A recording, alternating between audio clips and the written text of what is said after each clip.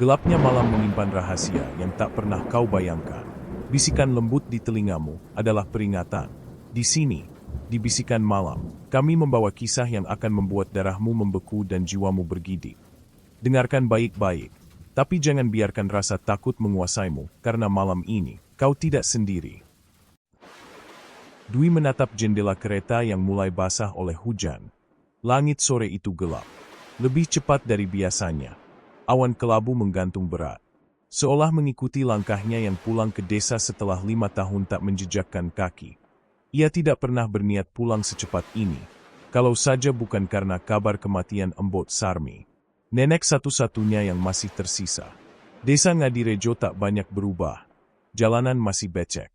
Dengan warung-warung bambu yang menjual kopi tubruk dan rokok kelembat. Tapi ada yang berbeda di udara. Sesuatu yang membuat bulu kuduknya meremang sejak kaki menapak tanah. Bau tanah basah bercampur harum bunga. Dan asap dupa samar-samar menusuk hidung. Rumah Embot Sarmi tampak sepi. Hanya lampu gantung yang bergoyang tertiup angin. Di dalam rumah, beberapa kerabat tengah duduk bersila. Berdoa pelan dengan suara gamelan mengalun dari radio tua. Di tengah ruangan, foto Embot Sarmi tersenyum kaku dengan bingkai kayu ukir tua. Dwi hanya menatapnya sekilas. Lalu meletakkan tas. Sudah ditunggu di makam. Wai, bisik Pak Derono pelan. Tabur bunga terakhir sebelum Jumat Kliwon. Dwi mengangguk. Meski tidak sepenuhnya mengerti maksudnya, ia hanya mengikuti langkah-langkah para perempuan yang membawa keranjang berisi bunga 7 rupa. Kenanga, melati, mawar, kantil. Semuanya harum menusuk. Bercampur aroma aneh yang tak bisa ia jelaskan. Seolah bukan hanya bunga di situ, tapi sesuatu yang lebih tua. Lebih tua dari tanah itu sendiri. Perjalanan ke makam tak jauh. Hanya sekitar 200 meter melewati sawah. Tapi suasananya seperti melangkah ke waktu lain. Angin di sana dingin. Dan suara jangkrik seakan hilang. Dwi mempercepat langkah. Tak ingin terpisah dari rombongan. Sesampainya di makam, para ibu mulai menabur bunga sambil melafalkan doa. Dwi menatap nisan tua neneknya. Satu-satunya yang masih berdiri tegak di antara deretan makam lain yang mulai condong. Nisan itu penuh ukiran motif bunga dan tulisan Jawa yang sudah setengah terhapus. Ia membuka keranjang kecil berisi kembang setaman dan mulai menabur. Tapi tanpa sadar, telapak sepatunya menginjak sesuatu yang licin. Sebuah wadah kecil dari tanah liat. Pecah seketika. Astagfirullah. Bisik seorang ibu di belakangnya. Itu sesaji. Nak. Dwi menunduk. Melihat serpihan wadah bercampur bunga basah dan cairan coklat pekat. Ia buru-buru mundur. Wajahnya pucat, tapi yang lain hanya diam. Tak ada yang marah. Hanya memandangnya dengan tatapan aneh. Campuran iba dan takut. Setelah acara selesai, para ibu pulang satu persatu. Dwi ikut berjalan di belakang. Tapi langkahnya terhenti ketika melihat seekor anjing hitam besar berdiri di persimpangan jalan setapak. Anjing itu hanya diam, tidak menggonggong, tidak bergerak. Matanya merah menyala. Dwi, bisik suara dari balik pundaknya. Dingin, dekat, tapi ketika ia menoleh, tidak ada siapa-siapa. Ia menunduk, melihat ke tangannya. Satu tangkai bunga kantil masih tergenggam erat. Ia buru-buru menjatuhkannya ke tanah. Sesampainya di rumah, Dwi merasa aneh. Tubuhnya menggigil meski suhu tak begitu dingin. Ia duduk di ranjang kayu tempat biasa Embot Sarmi beristirahat. Dinding kayu memantulkan suara denting jam tua yang berdetak pelan. Ia mencoba memejamkan mata. Tapi aroma kembang setaman menyeruak dari lantai. Padahal keranjang bunga sudah dibuang di dapur. Ia membuka mata. Dan di atas meja kayu di samping tempat tidur, ada bunga kantil yang sama. Segar. Dan masih basah. Malam di desa Ngadirejo sunyi seperti mati. Tak ada suara jangkrik. Tak ada anjing menggonggong. Hanya suara dedaunan kering yang bergesekan diterpa angin. Dwi terbangun dengan peluh dingin membasahi tengkuk. Mimpi barusan terasa nyata. Embot Sarmi berdiri di kaki ranjang. Memegang baki kembang setaman. Wajahnya kosong, dan matanya meneteskan darah. Dwi memeluk tubuh sendiri. Lalu menyalakan lampu. Lampu berkedip sebentar sebelum menyala penuh. Menampakkan seisi kamar yang masih sama seperti terakhir kali ia tinggalkan 5 tahun lalu. Tapi ada satu hal yang membuat jantungnya melompat. Bunga kantil segar itu, kini ada 2 tangkai. Ia mendekat perlahan. Bunga itu diletakkan rapi. Dengan titik-titik air masih menempel di kelopaknya. Padahal semalam ia sudah membuang yang pertama. Tak ada orang lain yang masuk kamar. Semua keluarga sudah tidur. Dan kamar itu, seingatnya, tidak pernah dipakai siapapun sejak Embot Sarmi meninggal. Wai! Suara itu lirih, seperti desahan di belakang telinganya. Dwi membalikkan badan cepat. Kosong. Hanya bayangan dirinya sendiri di cermin tua di pojok kamar. Tapi, bayangan itu tidak bergerak bersamaan dengannya. Ia mundur. Tapi bayangannya tetap berdiri. Lalu perlahan tersenyum. Dwi menjerit dan lari keluar kamar. Pak Derono terbangun dan segera menghampiri. Kamu kenapa? Wai, mimpi buruk. Bunga itu, Pak De, ada di kamar. 2 tangkai. Padahal tadi malam cuma 1. Aku buang. Pak Derono terdiam. Wajahnya berubah tegang. Apa kamu sempat injak apapun di makam semalam? Dwi ragu menjawab. Tapi akhirnya ia mengangguk. Wadah sesaji. Pecah. Aku nggak sengaja. Pak D menarik napas berat. Itu bukan sekadar sesaji. Itu penyegel. Antara dunia kita dengan yang lain. Hening mendadak. Dwi menelan ludah. Penyegel. Embok Sarmi dulu yang jaga batas itu. Setiap malam Jumat Kliwon, beliau menabur bunga di makam tua. Bukan cuma tradisi, tapi pengikat. Supaya yang dari sana tidak menyeberang ke sini. Dwi hanya bisa duduk lemas. Dunia yang selama ini ia pikir hanya mitos dan cerita nenek-nenek. Kini menggeliat nyata di hadapannya. Ia mengira kepulangan ini hanya untuk tahlilan. Ternyata, untuk menggantikan tugas yang sudah diwariskan turun-temurun. Pagi harinya, desa kembali tenang seperti biasa. Tapi Dwi tahu ada yang berubah. Orang-orang menatapnya dengan pandangan aneh. Seperti tahu sesuatu yang ia tidak tahu. Beberapa bahkan menjauh diam-diam. Hanya Butatik, tetangga sebelah rumah, yang berani mendekat dan berbisik saat menyerahkan sarapan. Kalau bunga itu muncul lagi, jangan dibuang, taruh di depan cermin. Biarkan dia melihat dirinya sendiri. Kalau dia marah, artinya dia belum puas. Siapa yang belum puas? Bu, tanya Dwi pelan. Yang kamu bangunkan dari tanah. Yang kamu bangkitkan dari antara bunga dan darah. Dwi menelan ludah. Malam itu, ia memutuskan tidur di ruang tengah. Tapi rasa takut tetap membuntut. Jam dinding berdetak terlalu keras. Angin seperti berbisik. Dan aroma bunga kembali muncul. Ia berdiri perlahan. Berjalan ke kamarnya. Pintu kamar terbuka sendiri. Dan di meja, kini ada 7 tangkai bunga. Semua segar. Semua menatapnya. Seolah setiap kelopak punya mata. 7 tangkai bunga kantil di meja tidak layu. Bahkan setelah semalaman dibiarkan terbuka. Dwi berdiri di ambang pintu. Napasnya tertahan. Aroma menyengat itu kembali menusuk hidungnya. Bukan sekadar wangi bunga. Tapi ada sesuatu yang lebih dalam. Seperti bau kain kafan basah yang dijemur di ruang sempit. Ia menuruti saran Butatik. Ia mengambil ke-7 bunga itu dengan tangan gemetar. Lalu meletakkannya di depan cermin tua peninggalan Embot Sarmi. Cermin itu tinggi. Berbingkai ukiran kayu jati bergambar bunga dan ular kecil di setiap sudutnya. Dulu ia sering bercermin di sana. Kini ia merasa takut melihat pantulannya sendiri. Namun anehnya, saat bunga itu diletakkan di kaki cermin, bayangannya tidak muncul. Dwi mendekat. Ia tahu tubuhnya ada di depan cermin. Tapi permukaan kaca itu gelap. Kosong. Seperti permukaan air malam yang tak memantulkan apa-apa. Ia mengangkat tangan. Tak ada gerakan yang menyusul di dalam cermin. Tiba-tiba, cermin itu bergetar ringan. Pelan. Lalu muncul pantulan samar. Bukan wajah Dwi, tapi Embok Sarmi.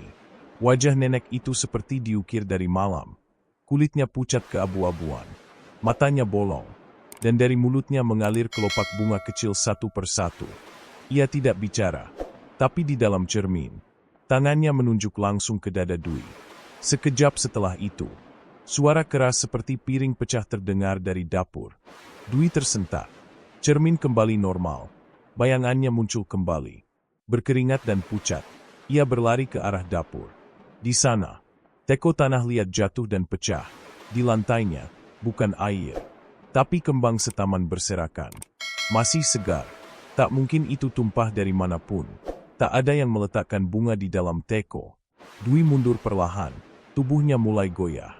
Siang harinya, Dwi memutuskan pergi ke rumah Bu Tatik. Ia butuh penjelasan lebih. Bu Tatik menyambut dengan wajah lelah. Seolah tahu bahwa waktunya menjelaskan sudah tiba. Kamu tahu Mbok Sarmi bukan dukun biasa, kan? Kata Bu Tatik. Menyeduh wedang jahe. Dwi menggeleng. Aku cuma tahu dia sering dimintai tolong orang desa. Dia penjaga pintu, bisik Bu Tatik. Ada satu makam di pojok pemakaman tua. Tak ada nisan, tak ada nama. Tapi disitulah arwah paling tua di desa ini dikunci. Dengan sesajen, kembang setaman, dan mantra. Dan aku sudah menginjak sesajennya. Bu Tatik mengangguk. Dan kamu yang membangunkan dia. Hening sejenak. Dwi hanya memejamkan mata. Apa yang harus aku lakukan? Bu Tatik menatapnya dalam. Kamu harus menuntaskan tabur kembang malam Jumat Kliwon. Tapi kali ini, kamu harus ke makam yang tak punya nisan. Sendiri, tengah malam, tanpa bicara sepatah kata pun. Kalau aku bicara, maka dia akan tahu suaramu, dan dia akan ikut pulang, untuk selamanya. Malam itu hujan turun tipis. Dwi bersiap. Ia membawa keranjang bunga, dupa, dan lampu minyak seperti yang diminta Bu Tatik. Waktu menunjukkan pukul 23.57. Langkahnya terasa berat menuju makam. Gelap, lembab, dan angin menderu seperti bisikan ratusan suara di antara ilalang. Ia mencari dengan teliti, dan akhirnya menemukannya, sebuah gundukan tanah. Tanpa nisan, hanya ditandai batu kecil dan sisa-sisa dupa yang telah padam. Dwi berlutut, menabur bunga pelan. Satu persatu. Kenanga, melati, kantil. Tapi tiba-tiba lampu minyak berkedip. Lalu padam. Dunia menjadi gelap gulita. Dan suara napas berat terdengar dari belakangnya. Dwi membeku. Napas berat itu seperti menempel di tengkuknya. Dingin, bau tanah basah dan daging busuk perlahan menyelimuti udara. Ia memejamkan mata, mencoba menenangkan detak jantung yang sudah seperti genderang perang. Ia ingat pesan Bu Tatik, jangan bicara, jangan lari, jangan menoleh. Tangannya bergetar saat meraih kembali keranjang bunga yang hampir tumpah. Dengan sisa keberanian yang ia punya, Dwi menabur bunga setaman terakhir di atas tanah yang terasa hangat. Terlalu hangat. Seperti baru saja digali. Lalu, terdengar suara mengerang. Wai! Suara itu seperti bisikan Mbok Sarmi, tapi lebih serak. Seperti ada batu mengganjal di tenggorokannya. Dwi menggigit bibir, menahan lidahnya agar tak menjawab. Tapi suara itu terus datang. Dari belakang, semakin dekat. Wiwit. Anakku. Nama itu. Nama kecil Dwi yang hanya dipakai oleh almarhum Mbok Sarmi. Tubuhnya mulai goyah. Air mata menetes tanpa suara. Hujan rintik-rintik kini terasa seperti tusukan jarum di kulit. Aroma melati makin kuat. Menyusup ke paru-parunya seperti kabut. Dwi hanya bisa menunduk. Menggenggam tanah. Berharap semua ini segera berakhir. Tiba-tiba, tangan kurus dan dingin menyentuh bahunya. Dwi tak sanggup lagi. Ia menoleh. Dan waktu seolah berhenti. Di hadapannya berdiri sosok wanita renta dengan kain kafan kusam. Rambut panjang terurai menutupi sebagian wajahnya yang rusak dan membusuk. Mata kirinya kosong. Namun dari mata kanannya mengalir kelopak-kelopak melati putih. Jatuh ke tanah seperti darah. Kenapa kau bangunkan aku? Gumamnya lirih. Lebih seperti angin yang berbisik ketimbang suara manusia. Dwi tak menjawab, tak mampu. Tapi ia sadar, ia telah melanggar satu dari 3 pantangan. Menoleh. Tiba-tiba tubuhnya terdorong keras ke belakang. Jatuh ke tanah becek. Sosok itu melayang pelan di atasnya. Dan dari langit-langit gelap muncul puluhan tangan kaku menjulur turun. Semuanya mencoba menarik Dwi masuk ke dalam tanah. Aku sudah tidur ratusan tahun. Suara itu bergema dalam pikirannya. Sekarang, giliranku berjaga. Dan kau gantinya. Tanah di bawah Dwi mulai merekah. Dingin menyeruak ke kulitnya. Ia mencoba bangkit, tapi kakinya ditarik sesuatu yang tak terlihat. Wajah Embot Sarmi, atau entitas yang menyerupainya, semakin dekat. Tiba-tiba, terdengar suara lonceng kecil dari arah pohon beringin. Ting, ting, ting. Sosok itu berhenti, menoleh cepat. Cahaya kuning keemasan muncul dari kegelapan. Butatik muncul, membawa kendi kecil dan daun sirih yang dibakar. Asapnya mengepul pekat ke arah makhluk itu. Kau belum waktunya keluar. Nyai, gumam Butatik sambil menaburkan serbut hitam ke tanah. Kembali tidur, kami belum siap menyambutmu. Sosok itu merong panjang. Suara yang terdengar seperti jeritan puluhan orang dari dasar sumur.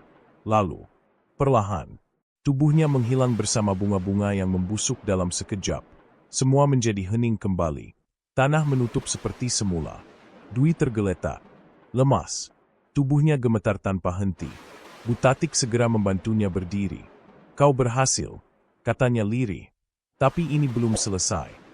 Keesokan harinya, Dwi terbangun di kamarnya. Badannya demam, tapi hatinya merasa sedikit lebih ringan. Di meja, keranjang bunga setaman masih ada. Tapi kini hanya tinggal satu tangkai melati. Setengah layu. Cermin tua di pojok kamar terlihat normal kembali. Tapi saat Dwi menatapnya lebih lama, ia sadar, pantulannya sedikit terlambat mengikuti gerakannya. Sejak malam itu, Dwi tahu satu hal. Ia telah dipilih. Ia kini adalah penjaga pintu yang baru. Dan setiap malam Jumat Kliwon, ia harus memastikan bunga itu tidak pernah absen ditaburkan. Dwi menatap langit sore yang perlahan berubah jingga. Hembusan angin membawa aroma melati samar. Membuatnya bergidik. Sudah seminggu sejak malam itu. Sejak ia melihat wajah kematian dari dekat. Tapi malam ini adalah malam Jumat Kliwon berikutnya. Dan ia tahu, perannya belum selesai. Butatik menemuinya lagi pagi tadi. Membawa pesan yang tak disampaikan dengan kata-kata. Tapi dengan tatapan dan sebuah bungkusan kecil berisi kembang baru. Daun sirih. Dan segumpal tanah dari makam tua. Sekarang kamu penjaganya, kata Butatik pelan. Kembang setaman bukan hanya bunga, tapi kunci. Jangan sampai lupa. Malam turun cepat, langit tertutup awan. Bulan tak tampak, dan suara jangkrik pun seperti tertahan di udara. Dwi mengenakan jarik hitam dan kain penutup kepala. Membawa keranjang kembang dan kendi minyak tanah. Ia berjalan menuju pemakaman. Langkahnya mantap. Tapi jantungnya berdentam seperti genderang perang. Kali ini, ia tahu harus melakukan semuanya sempurna. Ia duduk bersila di depan makam tanpa nisan. Menyalakan dupa. Menabur bunga satu persatu. Sambil membacakan mantra peninggalan Embot Sarmi. Ucapannya perlahan tapi pasti. Tak ada suara lain. Tak ada angin. Bahkan udara terasa beku. Selesai. Ia duduk hening. Tapi kemudian, tanah di hadapannya bergetar. Perlahan, muncul retakan kecil. Dari dalamnya, bukan tangan, bukan arwah, tapi sebuah benda terangkat keluar. Sebuah kotak kayu kecil berukir ular dan bunga kantil. Dwi menatapnya bingung. Dengan hati-hati, ia mengambilnya. Begitu dibuka, di dalamnya ada segulung kain kafan. Dan di tengahnya, cermin bundar kecil. Ia mengangkat cermin itu. Dan terkejut, karena di dalam pantulannya, bukan dirinya, tapi seorang wanita muda. Berpakaian seperti dukun. Wajahnya pucat tapi kuat. Duduk di depan makam yang sama. Wanita itu menatap langsung ke matanya. Lalu berbicara, walau tak ada suara keluar. Tapi bibirnya membentuk satu kalimat yang bisa Dwi baca jelas. Kamu bukan yang terakhir. Beberapa minggu berlalu, Dwi mulai menerima peran barunya. Setiap malam Jumat Kliwon, ia menabur kembang, membaca doa, dan menjaga agar pintu tak pernah terbuka. Tapi sesuatu mulai berubah. Ia mulai melihat bayangan di balik cermin rumah. Kadang, sosok wanita tua berdiri di pojok ruangan, diam dan hanya menatap. Di hari lain, ia mendengar ketukan dari dalam sumur tua di belakang rumah. Semakin lama, tanda-tanda itu semakin sering. Dan suatu malam, ia menemukan kembang setaman ditabur oleh orang lain. Sebelum ia sampai ke makam, rapi, dengan dupa yang masih menyala. Siapa yang melakukannya? Suatu dini hari, Dwi terbangun dengan napas terengah. Di depan kamarnya berdiri seorang gadis kecil berpakaian kebaya lusuh. Rambutnya panjang menjuntai menutupi wajah. Tanpa suara, gadis itu menunjuk ke arah luar rumah. Dengan tubuh gemetar, Dwi mengikuti. Gadis itu berjalan pelan menuju arah hutan kecil di balik desa. Tempat yang konon dulu menjadi lokasi pemakaman para bayi yang meninggal sebelum sempat diberi nama. Tempat yang bahkan penduduk tak berani dekati. Di sana, di bawah pohon randu tua, Dwi melihatnya, satu makam baru tanpa nisan, dan gadis itu menghilang tepat di atasnya. Dwi menatap makam itu lama. Tiba-tiba ia mengerti. Ini bukan tentang satu penjaga. Arwah yang dulu dijaga telah membangkitkan yang lain. Satu demi satu, makam demi makam. Dan setiap penjaga hanya menjaga satu pintu. Sementara ada banyak pintu. Beberapa bulan kemudian, nama Dwi mulai terdengar di desa sebagai perempuan penabur kembang. Orang-orang tak tahu apa yang sebenarnya terjadi. Tapi mereka mulai mengandalkannya. Mengantarkan sesajen. Meminta tolong. Tapi Dwi tak menjawab. Ia hanya tersenyum pelan. Ia terlalu sibuk menjaga. Karena di malam Jumat Kliwon itu, ketika cermin di rumahnya retak untuk pertama kali, dan dari balik retakan muncul tangan kurus kecil memegang bunga kantil, Dwi sadar, penjaga pintu tak pernah bisa pensiun.